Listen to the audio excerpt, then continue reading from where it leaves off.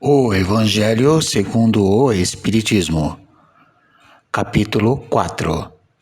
Ninguém pode ver o reino de Deus se não nascer de novo.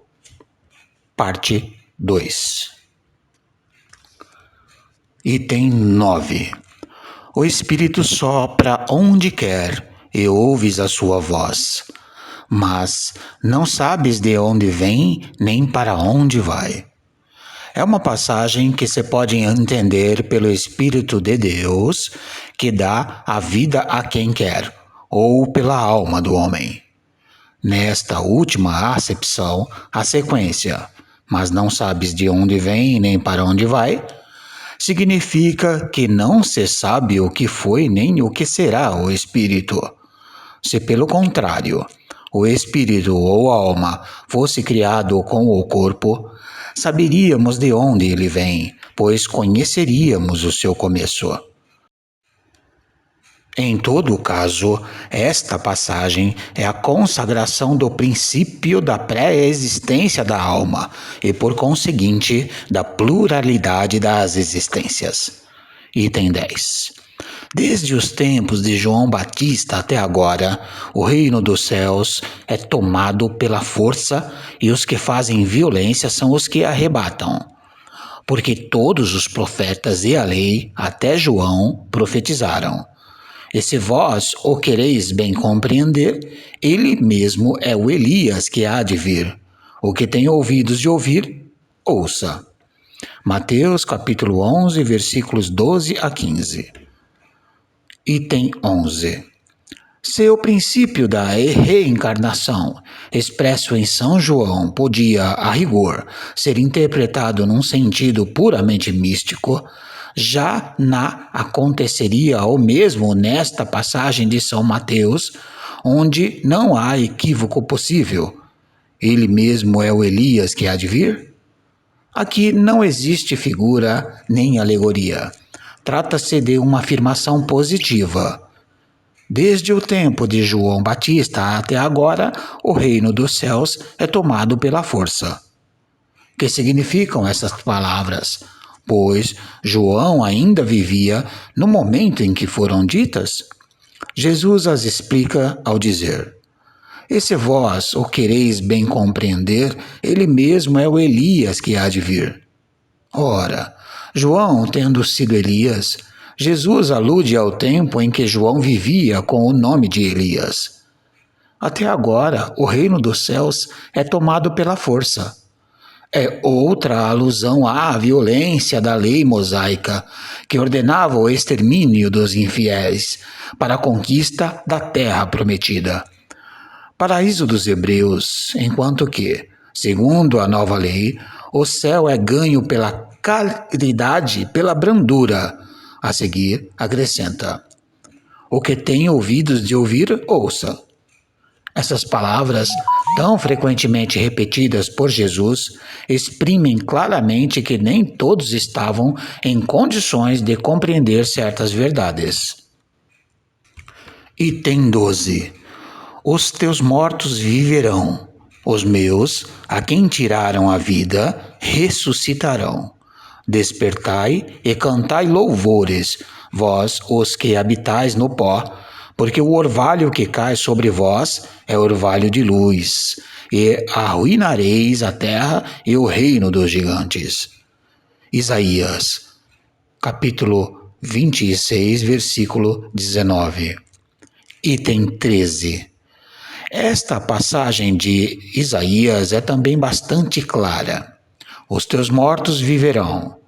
Se o profeta tivesse querido falar da vida espiritual e tivesse querido dizer que os mortos não estavam mortos em espírito, teria dito: ainda vivem, e não viverão. Do ponto de vista espiritual, essas palavras seriam um contrassenso, pois implicariam uma interrupção na vida da alma. No sentido de regeneração moral, teriam a negação das penas eternas, pois estabelecem o princípio de que todos os mortos reviverão. Item 14. Quando o homem morre uma vez, e seu corpo, separado do espírito, é consumido, em que se torna ele? Tendo o homem morrido uma vez, poderia ele reviver de novo? Nesta guerra em que me encontro, todos os dias de minha vida, estou esperando que chegue minha mutação. Job, capítulo 14, versículos 10 a 14, segundo a tradução de Saci.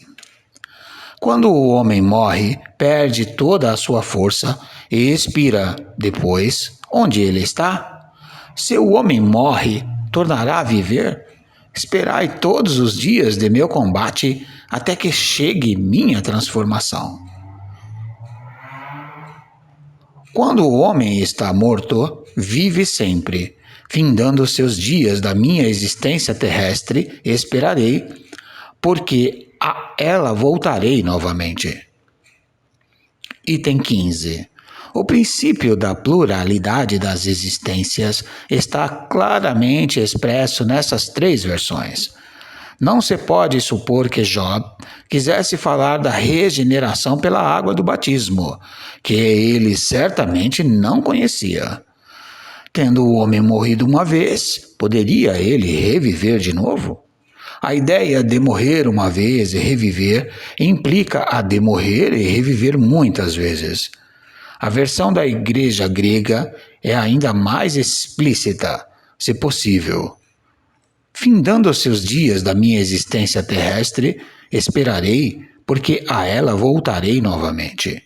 Quer dizer, eu voltarei à existência terrena. Isso é tão claro como se alguém dissesse: saio de casa, mas a ela retornarei.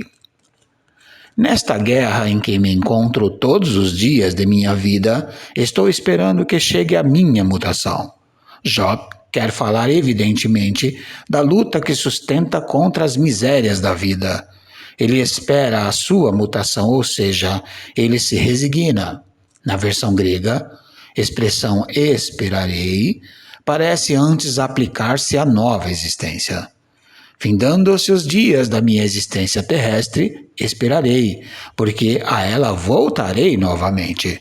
Job parece colocar-se, após a morte, num intervalo que separa uma existência de outra, e dizer que ali esperar o seu retorno.